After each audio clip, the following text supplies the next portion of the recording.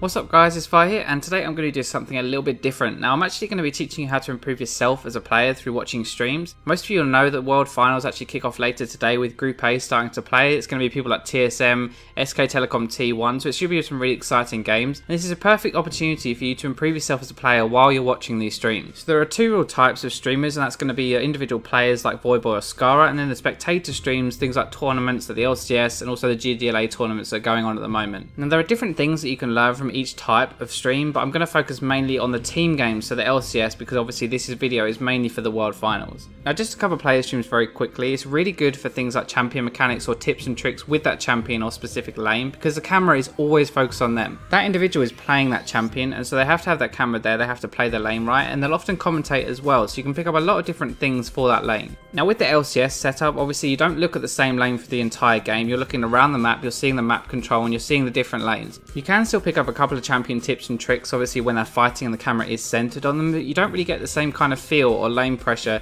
that you would learn from a player's stream. So the main thing you're going to improve on from the LCS stream is actually going to be your knowledge. Now knowledge is a very broad subject, and I'm going to break it down pretty much into team fighting, engagements and map control. These three areas are the most easily noticeable on streams from team coordination, and it's also the three areas that are going to allow you to carry solo queue even more. To make this easy, what I'm going to do is I'm going to show you a situation from an LCS game. For each three of these categories, I'm going to break it down and tell you how you can analyze these situations while you're watching them, and then how you can take that into your solo queue games and actually apply these mechanics. Now one important thing to note with all of these clips is that everything a pro player does is for a reason. If they use their ultimate, there's definitely going to be a reason behind that, and so what that allows you to do is to say, why did they use that ultimate? You can then figure out the answer to that question and then use that and take it into solo queue. So in this clip it's going to be a TSM versus Cloud9 game. It's going to be about the time when they're going to fight for Dragon. You're going to see the pick onto Thresh. That's going to be from a sneaky Ashe arrow. Now it's not always the best idea to arrow the support, but in this case they just want to turn the fight into a 4v5 so they can take Dragon. Now I'm going to pause it right here because this is when TSM decides to fight 4v5, and there's definitely going to be a reason why they did that, so I'm just going to explain what their reasoning was. Now the first thing to note is that Lemonation has no mana. He has mana for a grasping root or his ultimate, but he doesn't have mana for anything else. This means that while the Zyra ult wasn't used to kill Thresh, it's pretty much just going to be null and void during this fight because he's not going to be able to use it. Now the other thing to note as well is that Meteos is half health from tanking the Dragon, but TSM get baited a little bit here because they don't consider it as passive. So those two reasons are going to be why TSM engaged, and even though it seems like TSM lost this fight, they actually went 4 for 4 and they stopped the Dragon, so it was well worth it and a good call by TSM. So that really covers the engagement part of what I was talking about, how you can learn from streams. You see that Sneaky already started that whole thing off by arrowing onto Thresh and collapsing onto him. In solo queue, if you do that and you open up the Dragon, that's going to snowball an advantage for you, and most solo queue teams will not fight 4v5, so I'll give you that for free. Now I did say that team fighting was one of the categories that you can learn from, but the only way you're going to do that because it's so hectic is if you focus on one champion.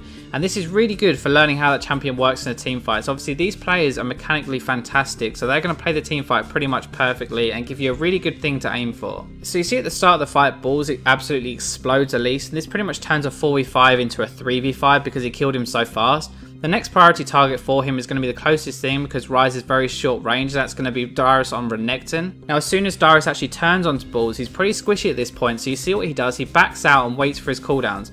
When his cooldowns are up, he turns around and uses a QW combo and then he runs away. He flashes away from Darius to wait for his cooldowns again and then come back in to mop that kill up. He then cleans up the rest of the fight, so he picks up a double kill and an ace for his team. Now what you can actually learn from this Ryze play is that with your cooldowns you're pretty weak.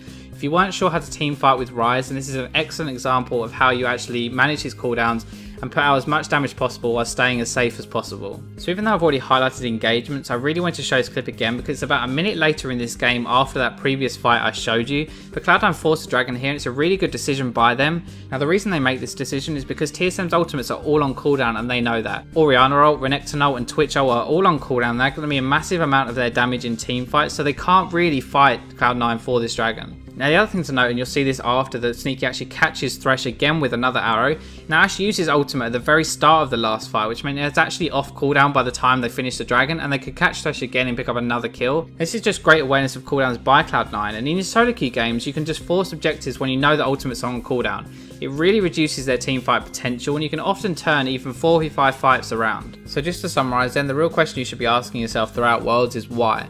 why they're doing exactly what they're doing, why they're taking that objective, why they're forcing that fight and engaging, and why is that specific player on that specific champion doing what he's doing during team fights. Now when you find these answers for yourselves, you can start to do these things in solo queue and you can really take your play to the next level. Now for the first time ever, what I'm going to do is if you find something in the World Finals and you ask yourself why, but you're not sure why they actually do that, then you can message me on YouTube and I guarantee I will answer every one of you. And normally I don't do this because I will get a lot of messages and it's just impossible for me to answer all of them, but I really want you guys to improve yourselves as players through these World Finals. So if you do find something during Worlds and you're not sure why they did it, then please message me and I will tell you why they've done what they've done. Now on a final note, I'm just going to give you my predictions for Worlds as well, because a lot of people have asked me this and I've answered it quite a few times. So I personally think that SK Telecom T1 are probably going to win the whole thing, because individually they're all incredible mechanical players and that's really what you need with coordination to win. But the really exciting thing for me in Worlds is that actually any team has the possibility of winning.